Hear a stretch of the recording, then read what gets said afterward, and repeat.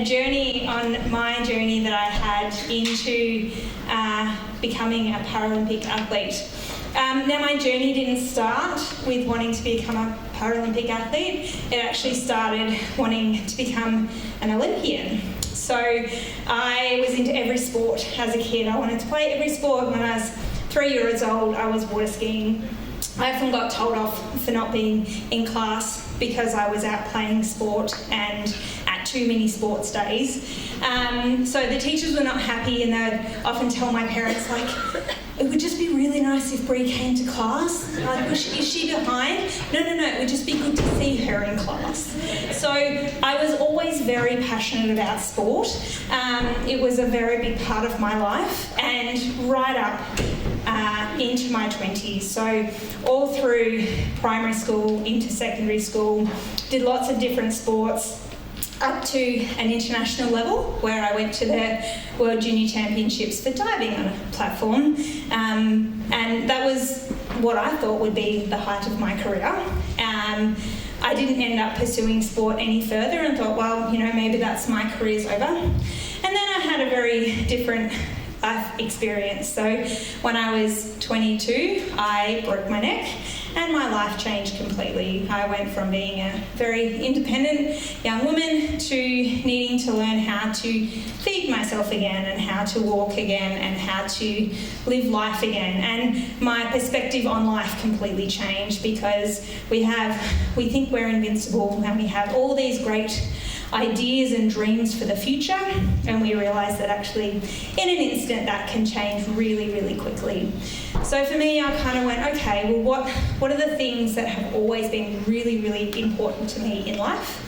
The first one was sport, and the second one was study. So got myself back into study and went, let me try sport. What sport can I try? So I was first introduced to wheelchair tennis. Now in retrospect, that was a terrible idea because at this point I didn't have any grip strength in my right hand. So I would often end up throwing the tennis racket further than hitting the ball. So abandoned that very quickly. And then a dear friend of mine introduced me to wheelchair basketball. Now, I'm not much taller standing, so I never played basketball. I remember my first game going, what's the rules? I have no idea what the rules are. And I actually discovered that it was a pretty amazing experience to get out of your chair, get into a basketball chair and push away, and just the freedom, the feeling of that, going, wow, this is really amazing. So I progressed through wheelchair basketball, got picked up really quickly by the Australian team because I knew how to be an athlete. I'd been an athlete for 15 years before. And in 2017, I got my first representation on the Australian stage. I got to play at Osaka. And then shortly after that, I scored my first international points, which was that video that played, and that was against the US team that had just won in Rio. So I was super proud of myself to get that 1 point. It's like, I'll take that 1 point. But as I was going through this journey, I actually realised, maybe I will actually, go to the Paralympics. And then I kind of went, I don't know really anything about the Paralympics. I remember watching the Olympics as a kid, probably most people do, and not many people would sit down and go, I remember watching the Paralympics as a kid, unless you had a disability or someone in your family had a disability. So I got to go on this really nice journey of learning about what the Paralympics was about, and there's a really lovely, rich history to it, and I'm really excited to share it with you tonight. So first misconception, the word Paralympic doesn't mean para, so two limbs not working in the Olympics. It's actually a Greek word to run alongside. So it's to do with running alongside the Olympic Games as opposed to para. So that's the first thing that I wanted to get out of the way. The second thing is that we have a lot to thank for this guy. So Ludwig Guttmann, so he was a researcher, German researcher, and he was at Oxford, and he was approached and said, look, you're a neurologist, can you come and help at a spinal unit?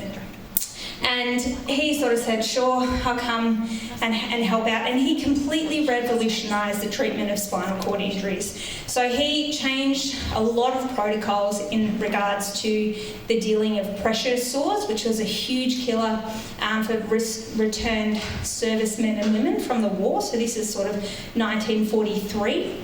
And also dealing with intermittent catheterisation, so where they would use a catheter to help someone urinate, which was a huge problem, again, with people with spinal cord injuries that didn't have control over their bowel or bladder. The third big thing that he did was said that sport is really important. So getting out, getting active is what's going to make a difference. And a lot of these return servicemen were also really, really competitive and they wanted to get out and do some stuff. So within a couple of years, he transformed this entire clinic from being a couple of spinal patients to being over 200. And then they decided to start the Stoke Mandeville Games, which occurred in 1948. Initially, they started playing wheelchair polo, which is kind of like the same as polo on a horse, where they'd hit it. They quickly abandoned it though, because there were too many facial injuries and hand injuries, and all that. This is not going to work. So then they went to wheelchair basketball. They introduced archery and table tennis and a few other sports that were slightly more tame.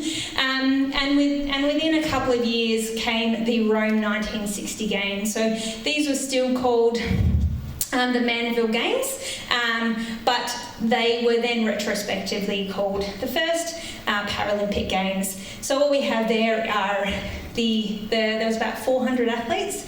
There were 12 participants from Australia, and 3 of them I will point out. So the man that is in the wheelchair on the far right is Kevin Coombs, who was our first international Indigenous man to play wheelchair basketball, and is a huge contributor to wheelchair basketball. He's from Victoria, and he will still come, and there's a Kevin Coombs Cup that's named after him. So he's a very important person in the wheelchair basketball space. There's also Daphne Seeney that's also featured in that photo, who is the first woman to attend. So we had it right from the get-go. There's a rich history of diversity that's there, which is really, really exciting. So from there's this really big growth that we went from 400 athletes to where we are today. And I just want to share a little video that kind of goes through this and really encapsulates this great story. Has a tremendous effect from a social point of view. When I saw how sport is accepted by the paralyzed, it was a logical sequel to start a sports movement.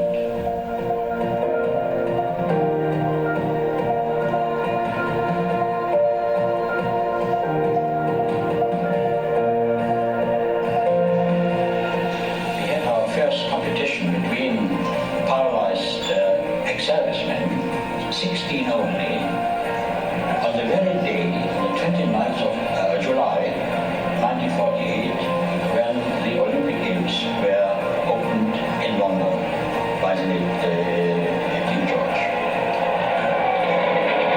Now that was the beginning of the first international sports movement for any disabled in the world. The international games are held every year in Stoke Mandeville the last week of July, with one exception.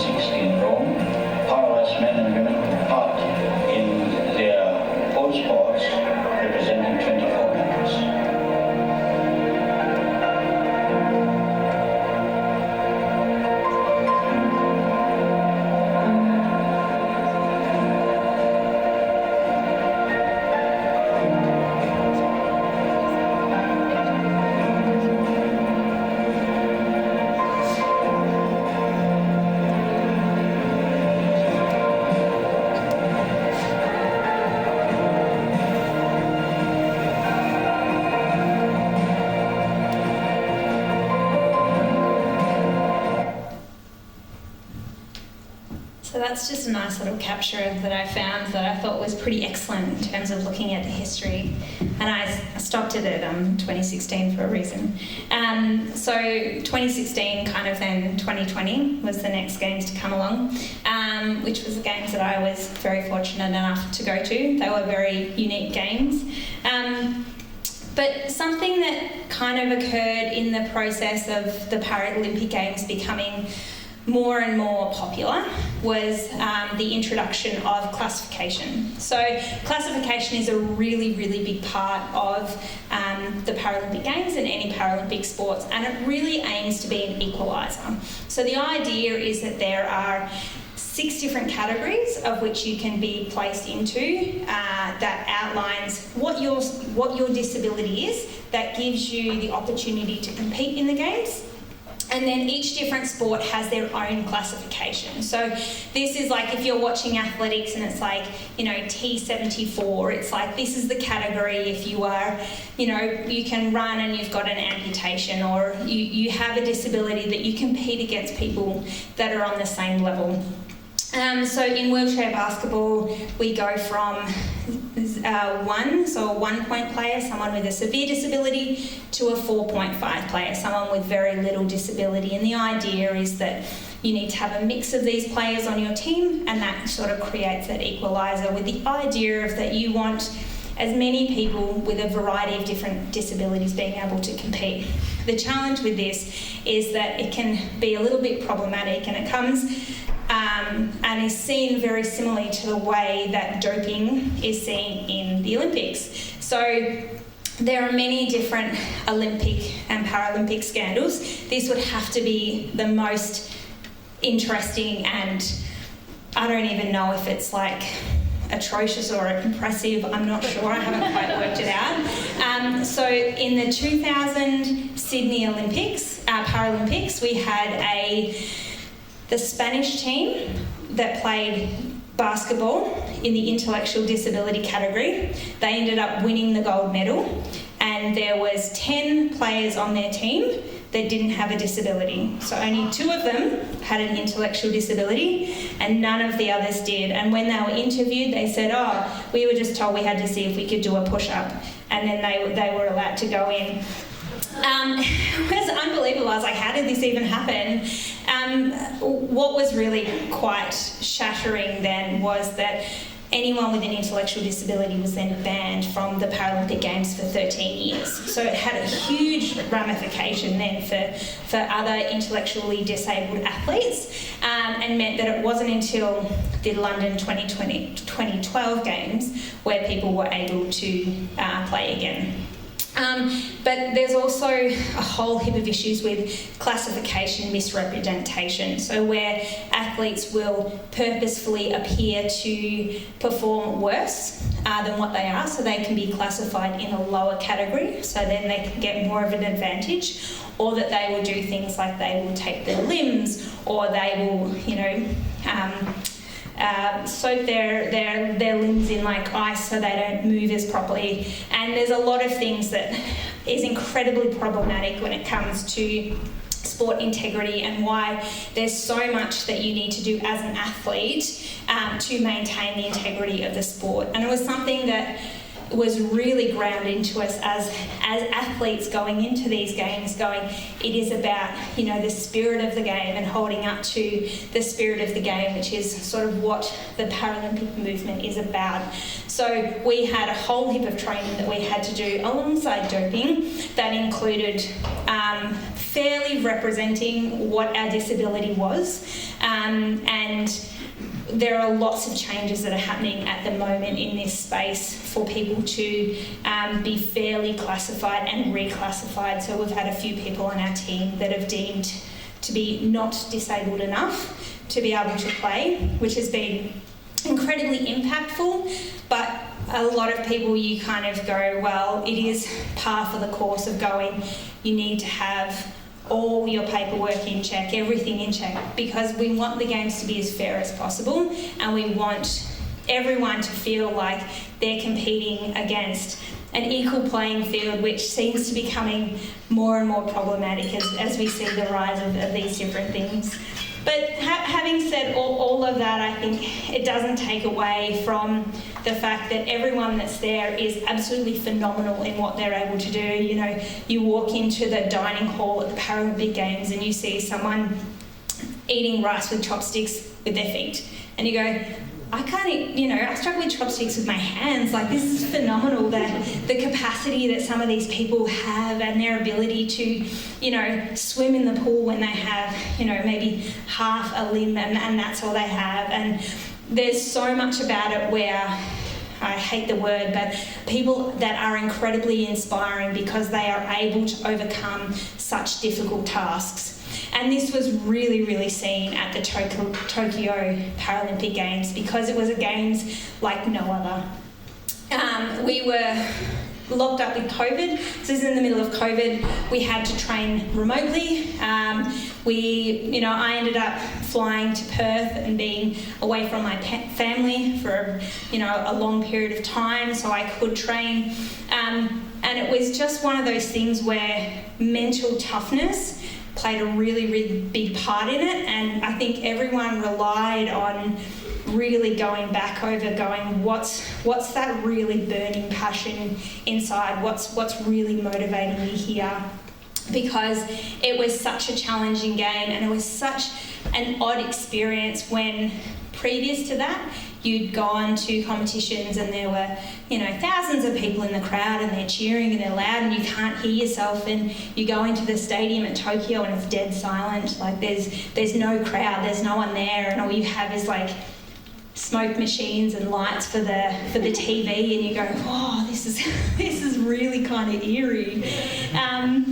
And I think, you know, living at the village, it wasn't the same experience. You were incredibly isolated as well because of COVID, but that didn't change the mob environment that, you know, Paralympics Australia and our captains, you know, Danny Dettorio and Riley Batt really went for. So they were huge, like, encouraging, loving motivators where they would go around and they'd be so supportive. And, you know, the artwork that I showed at the start with that Paralympic movement, they had a beautiful Aboriginal artist prepare that and talk about, you know, it really is that journey that we've been on of coming together and sharing our stories together that make us, you know, that really strong team that we are.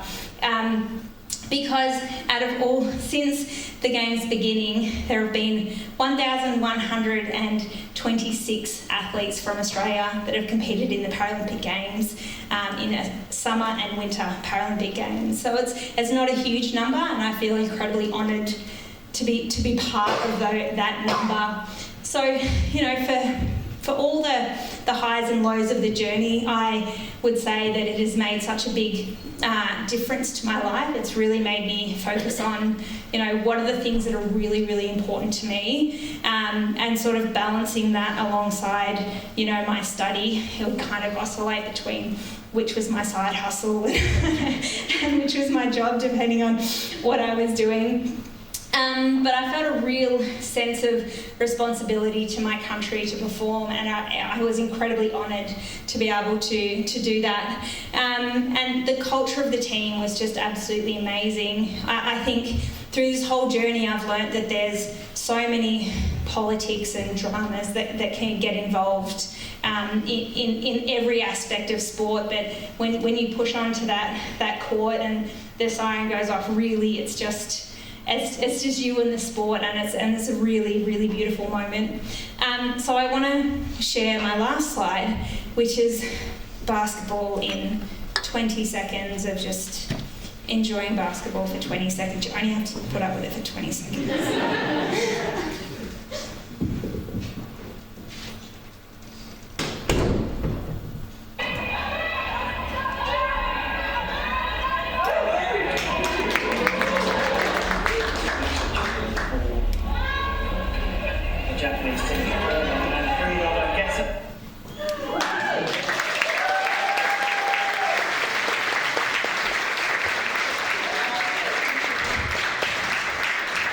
What an amazing talk. And I don't know whether you guys can see, but this is actually Bree shooting those goals.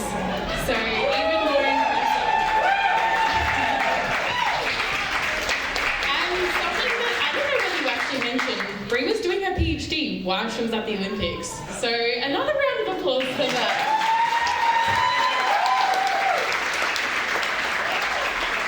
All right, I'm sure we have lots of questions, so maybe we'll get some house lights so I can actually see some hands. Yes, right in front here. I'll just mute. Oh, go. Yeah. Sorry. So the Commonwealth Games typically mix so that they're not parallel games, that they are the one and the same. And as a viewer, that's something that I absolutely adore. With the cancellation of the Victoria Olympics, how does that impact you and like your training, and then what's the next para project that's upcoming for you? So what's the impact of cancelling the Commonwealth Games in Victoria? Yeah, so speaking to some of like other people that are still involved with basketball, so 3-on-3 wheelchair basketball is played at Commonwealth Games, and it was first introduced at the last Com Games, and we did really well. We actually came first in the men's, second in the women's. So really a lot of that comes down to training and your like the way you manage your training through like peaks and troughs, and when you like taper off and stuff like that. So I think it is really, really disappointing, and I think there's a lot of questions that need to be answered. I think there's a lot, I don't know what's going on behind the back of the scenes on that one, but I think that, you know, that is a really challenging thing, and it's really wonderful to see, you know, the culture of those guys coming together at the Com Games. It's such a beautiful atmosphere. I've actually retired at the moment, so I'm not playing, so it doesn't personally impact me, but I'm aware of the impact that it has on other athletes, and it's pretty disappointing. Yeah. Good question. Any other questions I can see? Got one right at the back there. You mentioned classifications impact on trying to maintain clearance. Things like equipment, prosthetics, how does that mean? So great question, and a huge inequality. So you have, you know, Oscar Pistorius that we all know with his Blade Runner legs, and there's a lot of questions about whether they're legal with the amount of bounce that gets off it.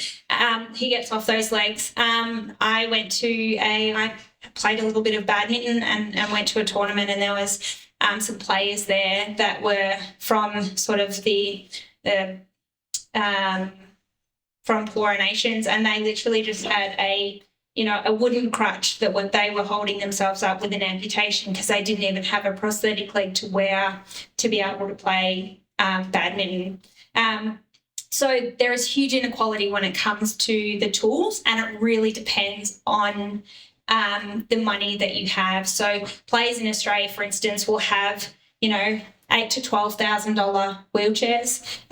You play a country from, you know, Nigeria, South Africa, they won't have chairs like that, and you will just be able to push past them, not because necessarily you're stronger, but simply because they just don't have that the money and funding in there. So like any other sport, you know, money plays a really, really big part in it, and it's why funding and money means that people will try and be in a lower classification, and, you know, that's where it becomes quite problematic.